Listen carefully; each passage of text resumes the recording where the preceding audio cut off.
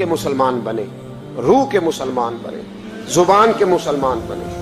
ایک ہندو نے نا کتاب لکھی ہے حضور علیہ الصلوۃ والسلام کے سیرت مبارکہ پر. ہندو نے, وہ ہندو کہتا ہے کہ میں نے نا عجیب منظر دیکھا ہے عرب کے لوگوں کا. ہندوؤں نے نا بڑا خوبصورت میرے محبوب کے بارے میں لکھا ہے. ایک ہندو نے جب حضور کی سیرت پر کتاب لکھی تو کچھ لوگوں نے کچھ اشعار لکھے, تو لوگوں نے کہا تو ہندو ہو کے حضور پہ لکھتا ہے, ہندو ہو کے. اس نے بڑا عجیب جملہ کہا, کہنے لگا ہو جائے عشق کسی سے کوئی چارہ تو نہیں, اور صرف مسلم کا محمد پہ اجارہ تو نہیں, صرف مسلم کا محمد پہ. اور پھر کہنے لگا نام و نسب سے اگرچہ ہندو ہوں پر کملی والے میں تیرا سادھو ہوں, کملی والے میں تیرا سادھو, میں تو ساتھ دیوانہ ہوں یا رسول اللہ آپ کا. تو نبی پاک علیہ السلام کے بارے میں لوگ لکھتے ہیں, وہ کہتے ہیں وہ محبت سے نہیں لکھ رہا, وہ سمجھ لیں کہ ایک عالمی تجزیہ نگار ہے تو ایک تجزیہ دے رہا ہے. کہتا ہے میں نے دو قسم کے عرب دیکھے, دو قسم کے. ایک عرب میں نے وہ دیکھے جو اتنے انا پرست ہیں, اتنے خود غرض ہیں, اتنے اپنے ذات کے بت میں الجھے ہوئے ہیں کہ وہ ایک حوض پہ اپنے گھوڑوں کو پانی پلانے گئے, 10 15 20 گھوڑوں کو پانی پلانے گئے ہیں. تو جھگڑا ہو گیا, پہلے میں نے پلانا ہے, میں بڑا چودھری ہوں. اس نے کہا نہیں میں تجھ سے بڑا ہوں, پہلے میں نے پلانا ہے. اس پہ جھگڑا ہوا. وہ غیر جانبدار تجزیہ نگار کہتا ہے اس پہ جھگڑا ہوا, لڑائی ہوئی, قتل ہوئے. اتنے قتل ہوئے کہ یہ قتل نسلوں تک چلے, نسلوں تک یہ قتل آگے بڑھے. وہ کہتا ہے ایک میں نے وہ عرب دیکھے. اور پھر کچھ عرصے کے بعد مکے اور مدینے میں اللہ نے اپنے نبی کو بھیجا, مصطفیٰ کریم علیہ السلام آئے. کہتا پھر انہی عربوں کا میں نے ایک اور رنگ بھی دیکھا, انہی عربوں کا میں نے ایک اور رنگ. وہ جو گھوڑے کو پانی پلانے پر لڑ رہے تھے, آج میں نے دیکھا کہ ایک جنگ کے موقع پر 3 صحابہ یا 7 صحابہ زخمی پڑے, زخموں سے چور ہیں. ایک آدمی پانی کا پیالہ لے کے آیا, ایک کو کہا پانی پی لو, زخمی ہو, شدید زخمی ہو, نزع کا عالم ہے, تھوڑی دیر میں ہو سکتا ہے شہادت نصیب ہو, پی لو. کل جو گھوڑے کو کہتا تھا پہلے میں نے پلانا ہے, میں نے پلانا ہے, آج وہی قوم میں نے عجیب رنگ دیکھا, کہا پانی پی لو. تو کہنے لگا یار میں تھوڑا زخمی ہوں, یہ جو میرے ساتھ لیٹا ہے یہ زیادہ زخمی ہے, پہلے اس کو پلا دے, میرے بھائی کا بھلا ہو جائے. کہتا پانی لے کے اس کے پاس پہنچے, اس کو کہا تو پی لے. تو وہ کہنے لگا نہیں میں زخمی ضرور ہوں پر جوان ہوں, یہ میرے ساتھ جو صحابی لیٹے ہیں یہ زخمی بھی ہیں, بوڑھے بھی ہیں, ان کو پہلے پلا. میں بات کہتے ہیں میں تیسرے کے پاس گیا تو اس نے کہا نہیں یار چوتھے کو پلا, وہ زخمی بھی ہے, بیمار بھی ہے, اسے زیادہ ضرورت ہے. کہتے چوتھے کے پاس گیا تو وہ تڑپ اٹھا, کہنے لگا 5ویں کو پلا, اس لیے کہ اسے زخم مجھ سے پہلے لگا ہے, اس کا جہاد بھی مجھ سے سخت ہے. کہتے اس کے پاس گیا تو کہنے لگا یار 6 کے پاس چلا جا, اس لیے کہ اس کا وقت مجھے زیادہ قریب لگ رہا ہے. کہتے میں 6 کے پاس گیا تو وہ بول اٹھا, کہنے لگا وہ 5 جس رسول کا کلمہ پڑھتے تھے میں بھی اسی محمد کا ماننے والا ہوں, تو مجھے نہ پلا 7ویں کو پلا. کہتے ہیں اس کے قریب گیا اور میں نے وہ منظر دیکھا کہ وہ کہنے لگا نہیں اگر وہ 6 قربانی دے سکتے ہیں تو میں نے بھی نبی پاک سے تربیت لی ہے, تو پہلے کے پاس جا. کہتے ہیں میں اس کے پاس جا کے کھڑا ہوا تو روح پرواز کر گئی. میں دوسرے کے پاس گیا تو کلمہ پڑھ کے شہادت کا جام پی گیا. میں تیسرے کے پاس گیا تو حوض کوثر تک وہ بھی پہنچ گیا. کہتے ہیں 7 کے 7 وصال کر گئے, پانی میرے ہاتھ میں تھا اور میں اس صحرا میں کھڑے ہو کے سوچ رہا تھا یہ وہ لوگ ہیں جنہوں نے دل کا کلمہ بھی پڑھا ہے, روح کا کلمہ بھی پڑھا ہے. یہ ان کا صرف وجود نہیں جھکتا رب رسول کی بارگاہ میں, جب یہ جھکتے ہیں تو ان کے دل بھی جھکے ہوئے ہوتے ہیں, ان کی روحیں بھی جھکی ہوئی ہوتی. حالات بدل گئے میرے بھائی. ایک زمانہ وہ تھا جب حضرت عمر فاروق کی لونڈی نے کلمہ پڑھا, ہاں حضرت عمر لونڈی نے کلمہ پڑھا تو حضرت عمر نے اسے الٹا لٹکا لیا, درے مارتے. بی بی کہتی عمر مجھے اتنا مارتے کہ مارتے مارتے تھک جاتے, پھر پانی منگاتے, پانی پی کے پھر مارتے. یہ وہی عمر ہے جو کہتے جو کلمہ پڑھے گا گردن کاٹ دوں گا. یہ وہی عمر ہے جو کوئی غریب مسکین قریب نہیں پھٹک سکتا تھا, لونڈی کو دروں سے مارتے. وہی عمر کلمہ پڑھ گئے. اور پہلے تو ایک قبیلے کے سردار تھے نا بھائی, پہلے ایک قبیلے کے سردار تھے,